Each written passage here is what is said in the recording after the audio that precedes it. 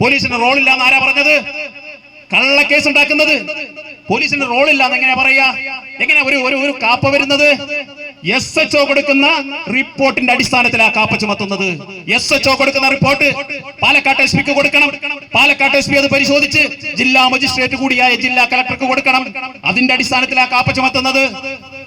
എന്താ ഈ കാപ്പയുടെ എന്താ? കാപ്പ എന്നൊന്നും പറഞ്ഞാൽ തീരെ ഒരു വിലയില്ലേ?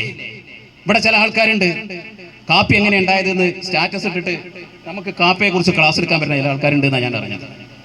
കാപ്പി എന്താണെന്നും കാപ്പ എന്താണെന്നും നിങ്ങളെയൊക്കെ ബോധ്യപ്പെടുത്തുന്ന ഒരു ദിവസം വരും. ഒരു സംശയമില്ല, ഒരു സംശയമില്ല. എന്താണ് കാപ്പ എന്നും എന്താണ് കാപ്പി എന്നും ഞങ്ങൾ കൃത്യമായി ബോധ്യപ്പെടുത്തി തരാം. അല്ലേ? പോലീസിനെ സംബന്ധിച്ചിടത്തോളം പോലീസിന് ഒരു കാര്യമുണ്ട്. നമ്മൾ ആ പോലീസിന്റെ യൂണിഫോം കാണുമ്പോൾ വലിയ ബഹുമാനത്തോടു കൂടി നമ്മൾ നിൽക്കാറുണ്ട്. എന്തുകൊണ്ടാണ് നമ്മൾ അതിനെ ബഹുമാനിക്കുന്നത്? അത് ആ യൂണിഫോമിനോടുള്ള ഒരു ബഹുമാനമാണ്. ഈ രാജ്യത്തെ നീതിപാലകന്റെ പ്രതീകമാണ് ആ യൂണിഫോം എന്ന് പറയുന്നത്. പോലീസുകാരന്റെ തോളിൽ കിടക്കുന്ന ആ നക്ഷത്രമുണ്ടല്ലോ, ആ നക്ഷത്രം എന്ന് പറയുന്നത് ഈ രാജ്യത്ത് നീതി നടപ്പാക്കുന്നവന്റെ, നീതിപാലകന്റെ, അവന്റെ പ്രതീകമാണത്. അതുകൊണ്ടാണ് നമ്മൾ അതിനെ ബഹുമാനിക്കുന്നത്.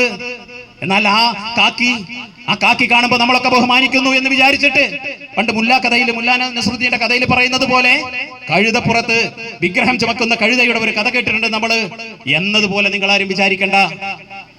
ആ കാക്കിയിട്ടുകൊണ്ട് ഭരിക്കുന്നവന്റെ ഓഫീസിൽ നിന്ന് നൽകുന്ന തിട്ടൂരത്തിനനുസരിച്ച് ഞങ്ങളുടെ പ്രവർത്തകന്മാരെ പീഡിപ്പിക്കാൻ ശ്രമിച്ചാൽ അവിടെ ശക്തമായ പ്രതിഷേധവുമായി ഞങ്ങൾ ഉണ്ടാകുമെന്ന് തന്നെയാണ് സൂചിപ്പിക്കാനുള്ളത്.